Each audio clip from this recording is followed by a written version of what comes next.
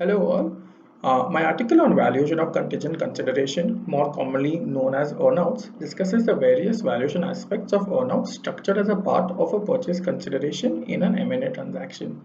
While earnouts have been a part of the M&A transaction since quite a while now, the recent fair value measurements under Ind AS has brought the valuation of such earnouts to the forefront.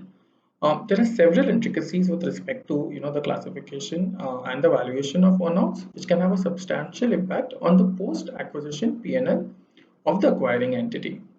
Valuation of earnouts can get really complex, especially when there are multiple criteria that need to be fulfilled for such earnout to be payable. What I've tried to do through this article is explain the concept of an earnout, discuss the classification and the corresponding impact on the profit and loss, and most importantly, briefly talk about the various valuation methods which are or can be used to value such earnouts. This is Chaitanya. I'm glad to introduce my article, Should Charities Suffer the Wrath of Section 50C? This article is important for the reason that 50C brings in certain artificial income to tax, which is essentially the difference between the actual consideration and the stamp duty valuation. If such a difference is charged to tax in the case of charitable trust, as it is notional income, it couldn't possibly be applied, and hence this will entail an inevitable tax to a charitable trust. This article seeks to address on what basis one could reasonably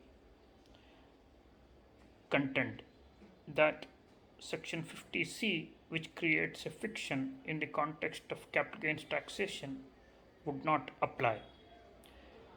By reading this article, you would get an interplay between Section 11.1, 11.1a and 50C.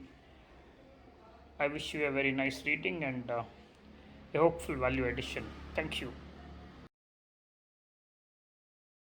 Hi, my article is titled Introduction to Accredited Investors, the New Investor Diaspora.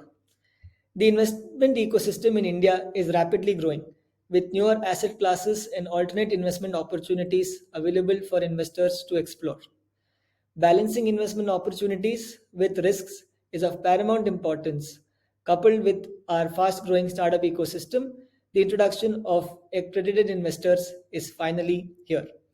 The accredited investor regulations, as notified by SEBI, seek to dilute the entry barriers that investors have towards investing in these asset classes, predominantly alternate investment funds and portfolio management services products. The regulations will further propel investments into startups or growth companies as well as listed entities. The article is a 7-minute read and shares details on the monetary limits for qualifying as accredited investors in India, the method for quantifying accredited investors, as well as comparison to some of the global practices around accredited investment and its recognition. Hello everyone, my name is CS Jigar Shah. I've co-authored an article on digital workplace, A Stitch in Time Can Save 9, along with CS Shraddhar Dedia. Today all of us are juggling between work from home and working at office. Digital workplace is used as a temporary fix in the pandemic. But can a digital workplace become a long-term solution? Is it feasible for a company to operate without having a traditional office even after pandemic? In this article, we have provided some important points one need to consider if they are looking to start the digital workplace. I hope you like the articles.